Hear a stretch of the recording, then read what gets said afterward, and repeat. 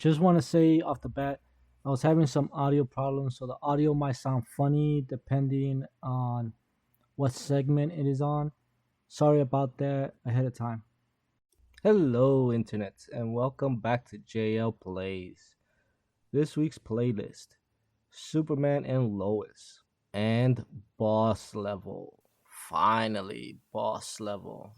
So, before we get started, remember that everything I talk about, there's links for it in the description of the podcast. So, you can always go there, click on the name of whatever topic I'm talking about, and take you straight to the page to give you more information. Okay, guys? So, here we go. First up is Superman and Lois. Our dad told us all these stories about growing up here. Tell you it sucks. Actually, I think he kind of loved it. We came here as a family. Like it's too dangerous for them to know. It's more dangerous if they don't. You're Superman? No, we've seen Superman before. We've seen him. You told the boys you're Superman. Couldn't lie to them anymore. This is gonna keep my family together. Clark, it's gonna tear it apart. All the times you were gone, you lied to me. You both did. I can't just abandon the world.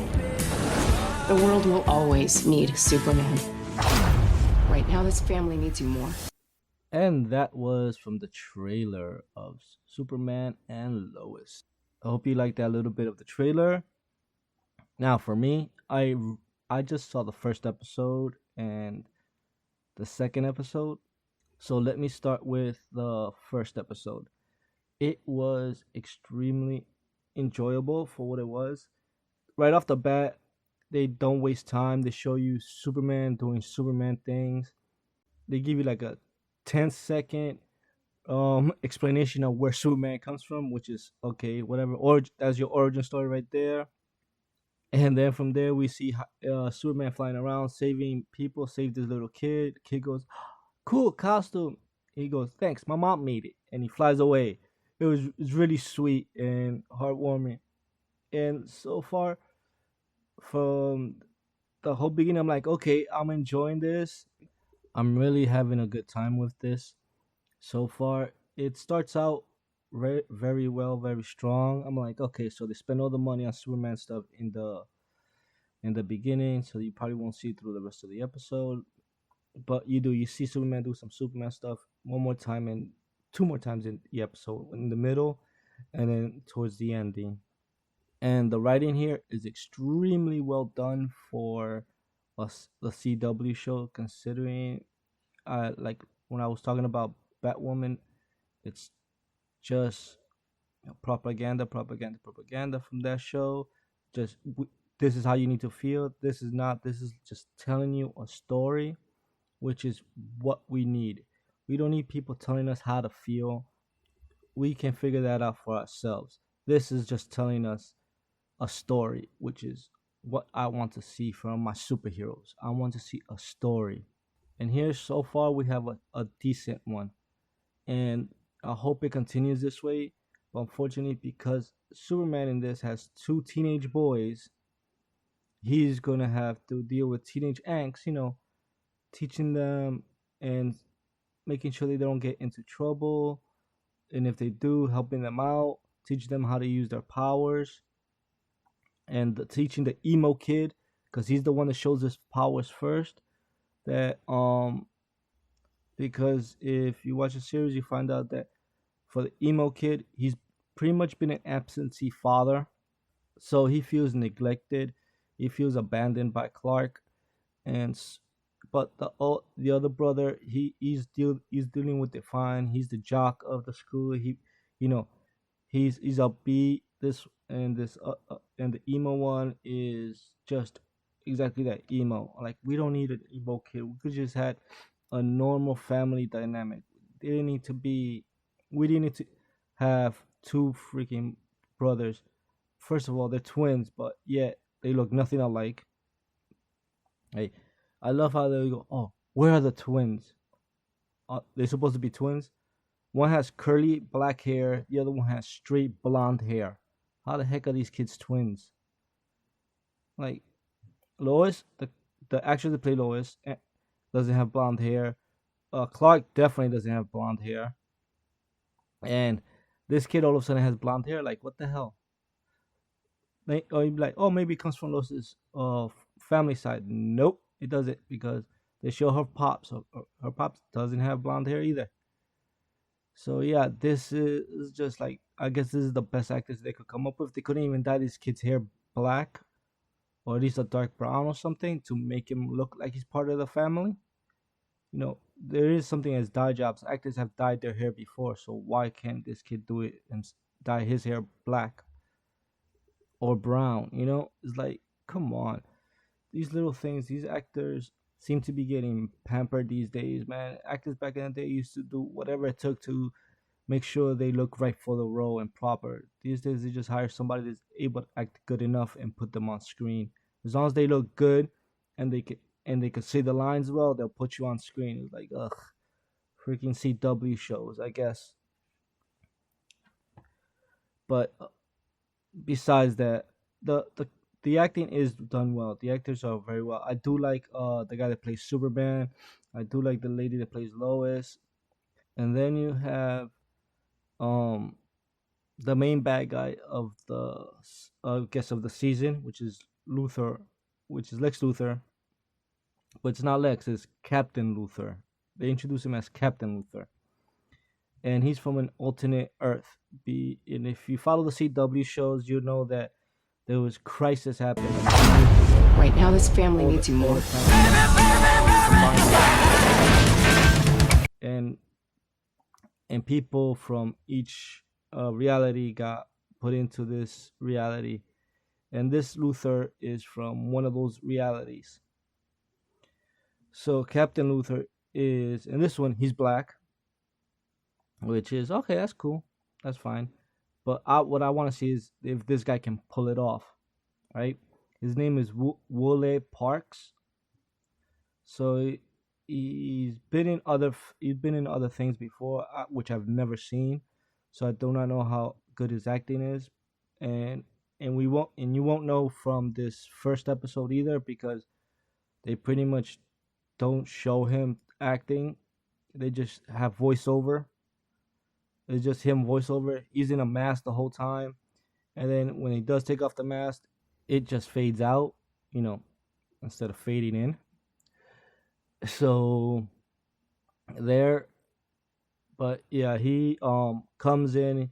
He's testing this reality Superman to see if he's good enough to be Superman, quote unquote. This Luthor obviously has a chip on his shoulder, like all of them do, and he's just there. He has a kryptonite. He stabs Superman with it, and he thinks Superman. So he lets Superman go. He thinks he's Superman because he flies all over the place, and then he flies. They even fly into China. They have two super scenes where, quote unquote, it's China, and so it's just, there you go with the China money. They need to get into the China market, so there you go. We gotta please them somehow. Ugh, Hollywood. Oh, also, Lana's father. You heard him in the trailer. So he's the one that goes, "Oh, you told the kids that you're Superman."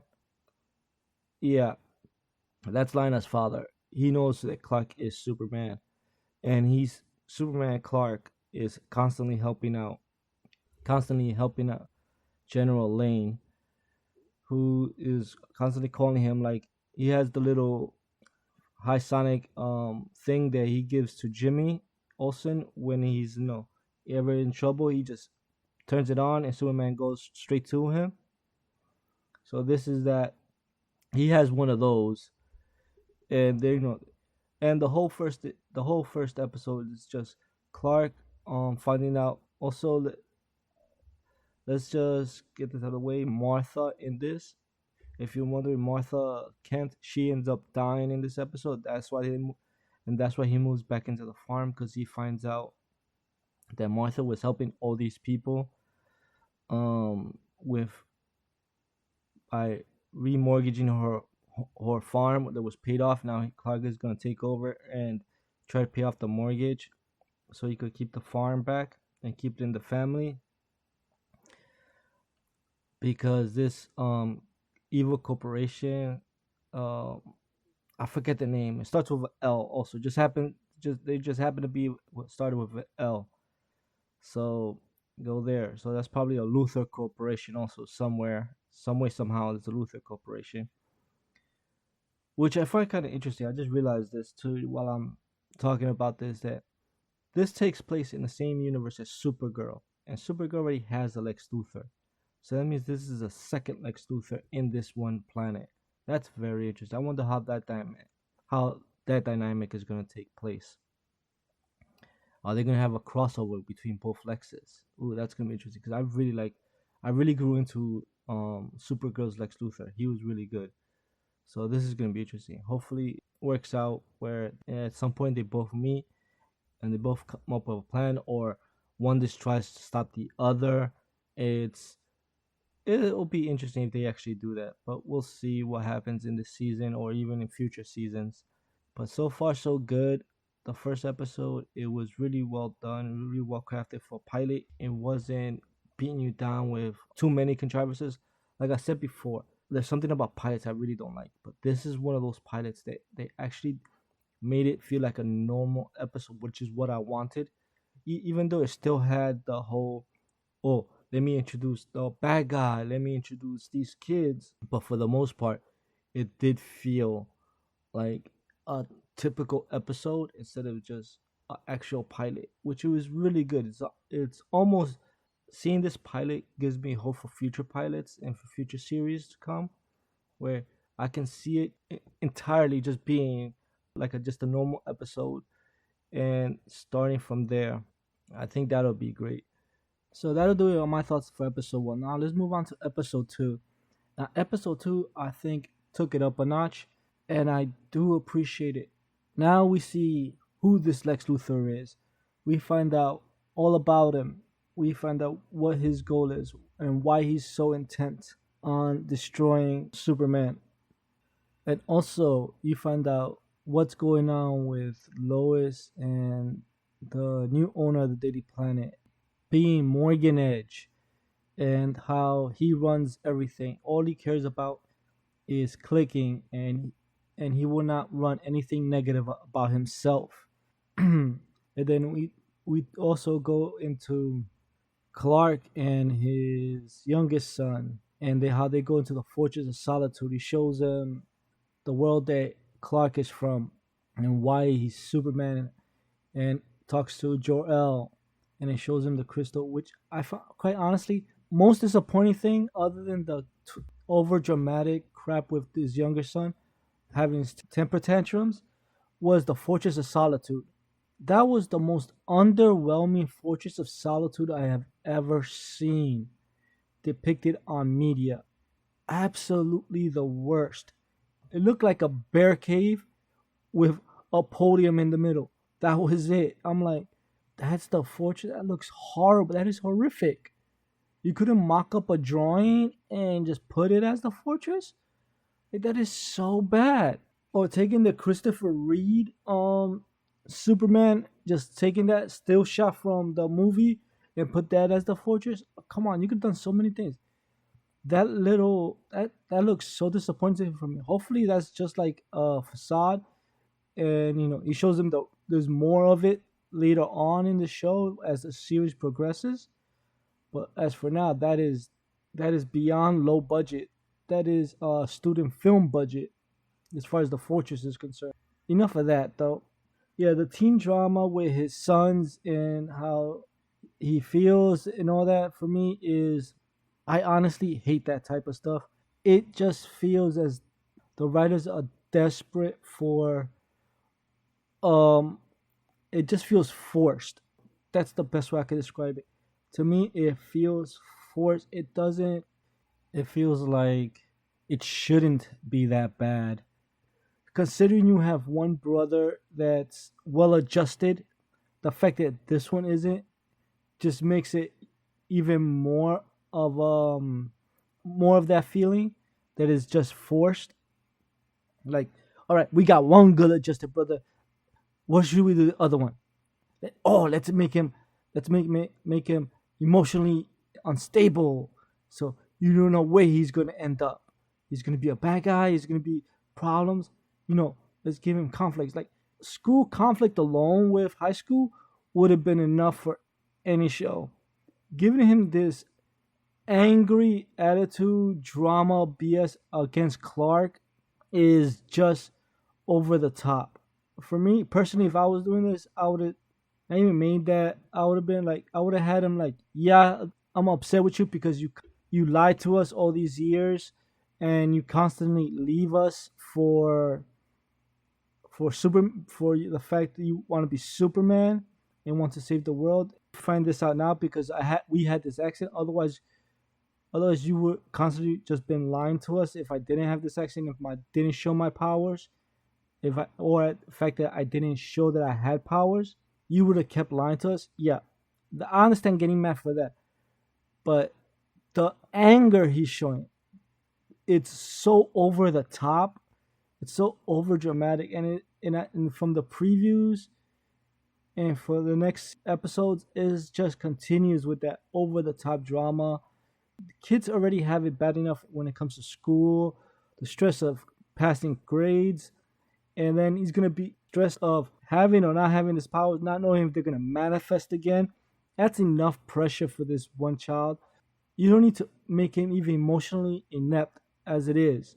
He's emotionally handicapped. This kid is emotionally handicapped. He just, honestly, that's just silly. It just doesn't. Maybe because I'm just older, and I'm pretty sure a lot of teenagers will love this or feel like, yeah, I relate to him. I feel that way. But to me, yeah, this just feels like desperation to create conflict where there really shouldn't be any. Let's move on to Lois and Morgan Edge. Lois finds out what Morgan Edge is up to, what he's been doing with other towns, where he just bleeds them dry, and he pays people barely able to survive wage after he buys up the town and buys up everything. And from there, she starts writing a editorial piece where she just badmouths Edge and calls him the worst human being on the planet. That no town should let him come in and do the same thing to them that he did to these other towns. But when she goes and gives it into the Daily Planet, Edge rewrites her story and removes all those negative things and leaves all this positive feedback. So she gets so upset that she quits the Daily Planet and starts working for the Smallville Gazelle, whatever it is, Smallville paper, and that's where she releases her real report on Edge, and I guess that's what she's gonna be the rest of the season, just doing that and going after Morgan Edge the entire season. I think that's an interesting side story for Lois. I think that's really good. You give that character something, a bad guy, and she loves to sink in her teeth into that, and it's really being written well. So I hope it continues with that good writing for her.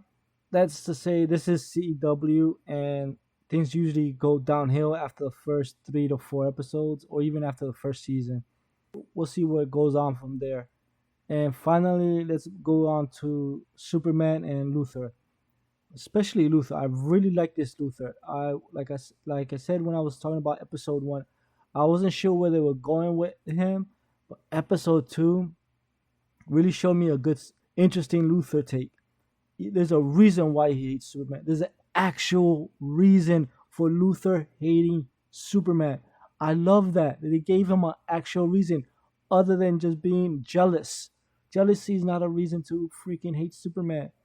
This is an actual reason because the parallel world that he came from before all the multiverses got condensed into one. Yeah, his Superman destroyed and wiped out humanity, and he was, I guess, the lone survivor of his world. And now he's here and he sees the exact same Superman, same face. He's trying to stop him before he does the same thing that he feels that it's the same thing that he did to his planet. Oh, I personally like this. This is really, really good. I like this a lot.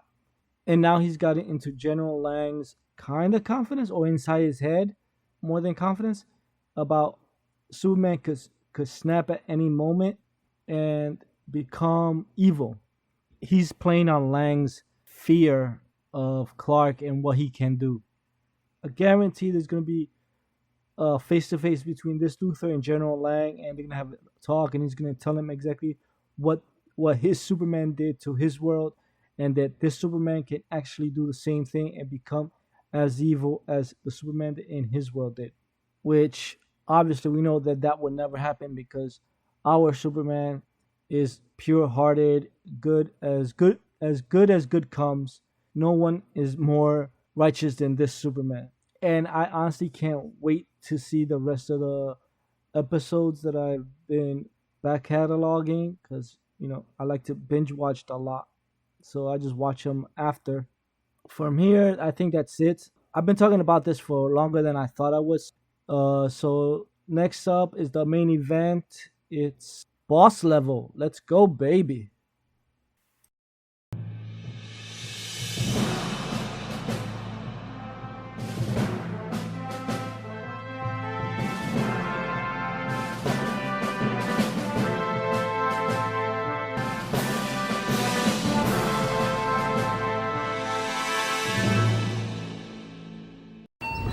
Hey, Jake, can I get a large bottle of that Baijiu? You know what? Make it 2 large bottles. How can you drink like that? I used to complain that every day felt the same, and now every day is the same. Hey, Jake, I have died 144 times, and every day ends like this.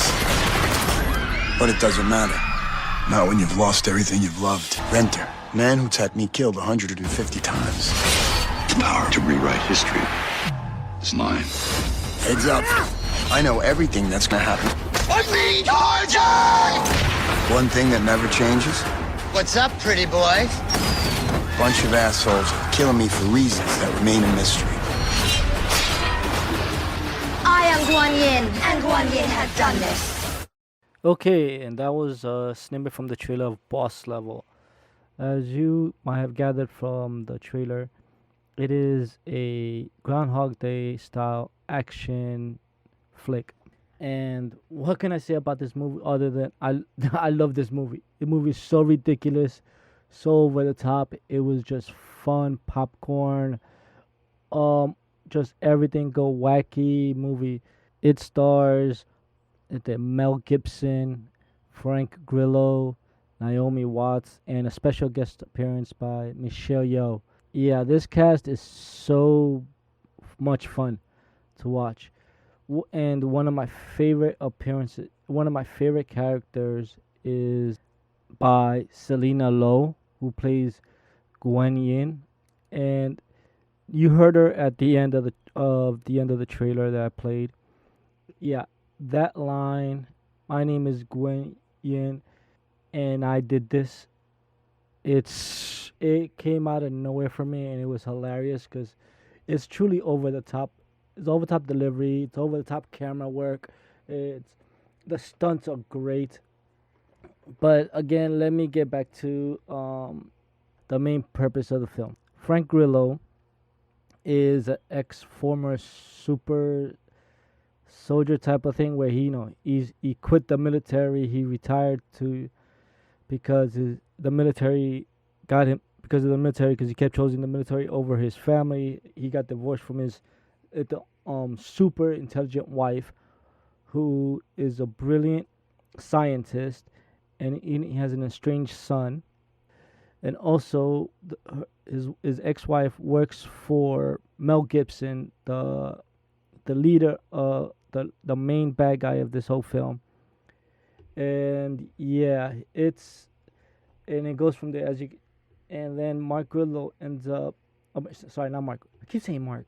Frank Grillo ends up being put into this constant Groundhog Day where he relives his day over and over again. Even if he falls asleep, but it's every time he dies, he goes back to square one, and so on. And then he figures out how everything's happening, who is behind this. He's been doing it for so long that it just constant. The movie starts with him already in the situation of being the Groundhog Day thing. So the explanation of how he got there ends up. It's the main plot of the film. It's the main purpose of of his journey. And then you find out why in the film later on, and you find out that Mel Gibson, his character, is the one behind it, and all this. And then Michelle Yeoh's guest appearance, he ends up getting help from Michelle Yeoh. I won't say how, but unfortunately, I wish there was more of it. But it served its purpose. The reason I just wanted more is because I love Michelle Yeoh. She's one of my favorite actresses around. And then, of course, as you know, as movie goes, when there's a good guy, there's a bad guy. The good guy wins, and he wins. He makes it to the boss level, which is the name of the movie. He makes it to the final level, which is Mel Gibson. He does his thing there. He stops Mel Gibson. I'll save this for spoiler because there's a lot of things I want to get into. So, yeah, before I even get into more, I just want to say, go watch this film. If you love just action films, if you're into all this type of just big, grand explosions, if you just want to have a good time watching just these type of things, these type of adventures, then go watch it. Seek it out wherever you can. And hopefully I could find a link for everybody in the description below. There will be if I can find a link, there will be a link for you in the description below. Just watch it, enjoy it, and that's it. I'm gonna go into spoilers now. The only woman I've ever loved and who can stop this is still alive. I have to get killed. Hi, Roy. Over and over again. Until I save her. I need to learn how to fight with a sword. I would only have a day. I think we can get a lot done in a day. Someone's been the busiest little beaver. Stuck in the death loop because of you. Exactly. Bring them all on. And that's exactly what he does. He brings them all on. He takes the fight to the assassins. And yeah, one of the other than the I'm Ling Wei and I did this girl, Selena Lowe. Yeah, everybody is a different nationality or just as a different type of killing ability. Like one is a redneck in a pickup truck with a harpoon, which he shoots it at the person and then drags them across town through the streets, killing them, and things of that sort. It is just ridiculous. It's just some of the most ridiculous death scenes and killing, especially just the intro alone, where the way when he's fighting the bad guys and he's like, oh yeah, he's been through this a lot. And he's just taking them all out one at a time. And like, yep, did this. And then they just show that repeating it one after another. Then he realizes, then there's a point where we saw that he just noticed that, oh no, this changed. I am off by a few seconds. Like, uh-oh. And he dies. He ends up dying. Everything has consequences for what he does, even though it's a loop.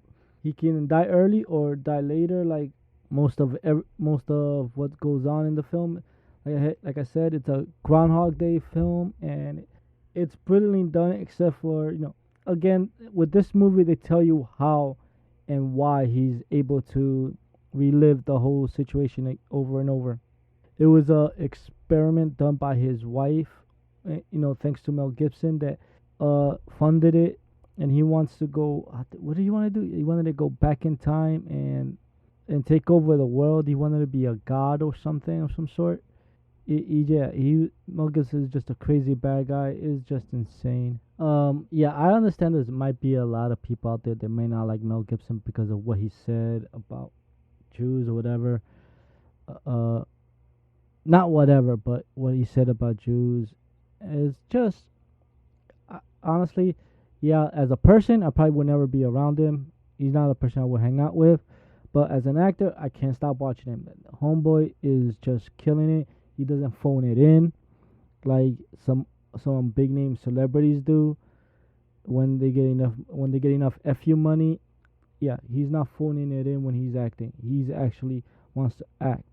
And quite frankly, I can't fault him for that. If you want to act, you go act. And he does a great job. And his acting here is like in everything else he does great. He doesn't phone it in. He's having fun with the character. He's enjoying the role he's doing. And yeah, just like what is it? Fat Man. the first Mel Gibson movie I reviewed for this podcast which is also the first episode I've ever done. It is just he doesn't phone it in. He kicks it out of the park, and also Frank Grillo. Frank Grillo is one of those I'll take him, I'll leave him type of actors for a lot of people, but for me, I enjoy him. I enjoy his acting. I enjoy what he does. I loved him in that Netflix original film about driving. The film, it's called Wheelman. That's it. It's Wheelman. Yeah, he did a great job with that. If you've never seen it, go watch it. It's on Netflix. It's a Netflix original film. I saw that years ago at a screening. I really enjoyed the heck out of myself watching it. It was really well done. I enjoyed that more than Driver. Yeah, I definitely enjoyed Wheelman more than I did Driver. Driver was just, I don't know. I couldn't get into Driver. But yeah, we're not talking about that. We're talking about Boss Level, and Boss Level is fantastic. Then we get into the kid, his son. Yeah, the son character. Like, I'm a person that dislikes children actors. As far as I'm concerned, I think American children actors specifically are some of the worst actors in business, with very few exceptions. There are, yes, there are there's some extremely good children actors out there, but for the majority, I think they're some of the worst. But this kid, I think he's an exception to the rule. He did an amazing job. Unfortunately, I can't remember his name, and I cannot, for the life of me, find it right now. But he did a great job, and I would like to see him actually improve even more. I think with a little bit more acting classes and a good head on his shoulders, he can become a really good actor in the future. Yeah, but Frank Grillo finds him at an arcade because he needed to go find him and look for him because he was worried about him, because he figured, hey, after 150 deaths, maybe I should look at my kid to see how things are going with him. Great pops there, you know. But yeah, that's pretty much. And then he starts finding out what his son is doing, which his son just goes to this arcade place and he joins a tournament to do battle with other kids to win some prizes and whatnot. And then every day Mark Ruffalo kills the assassins, and then goes meets his son there. But the son doesn't know that that's his father. He thinks his father died or something like that. I think, yeah, it's really well done. It's a father getting to reconcile with his son's storyline. And pretty much that's what it is at the end of the day. It's just a father reconciling with his son. I think it's pretty well done for what it is and for what type of movie it is. It's extremely well done. Now let me go to Michelle Yeoh character, where she's just there to teach him how to sword fight because of the Wen Yin. Wen Yin is a swords assassin. She only kills you with her sword, and she's the top notch of her class. She's the greatest in the world, it seems. And every time the Frank Grillo gets close to killing somebody, killing Mel Gibson, she's there to stop him. So he finds Michelle Yeoh at this bar where he goes drink every day at the same time. And the owner of the restaurant bar is, what's his name? Ken Jeong from. You know him best from the little the little Asian guy that pops out of the trunk in The Hangover. So yeah, that's him, and he's there, and things happen. He learns from her, and that sort. Like I said, it's like I said in the first part, it's really short lived. I wish it was longer, but it served its purpose, which is just to show that he's learned how. It's been how many days. He learned how to fight with a sword and be able to and able to kicks. And is able to kick Guan Yin's butt and so on. So he's able to finally do that. He does that, and then he finds out there's other things going on. Then he finally figures out. Then you find out that, yeah, like I said before, his wife is the one that created the whole time paradox with him in it. Mel Gibson is trying to take over it. He wants to take over the world. He stops Mel Gibson. He also that if you don't stop the machine in time, the machine blows up and destroys the entire planet anyway.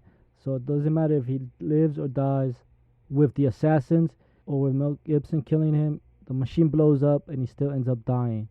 So yeah, that's a big problem there. He tells the wife, they figure it out.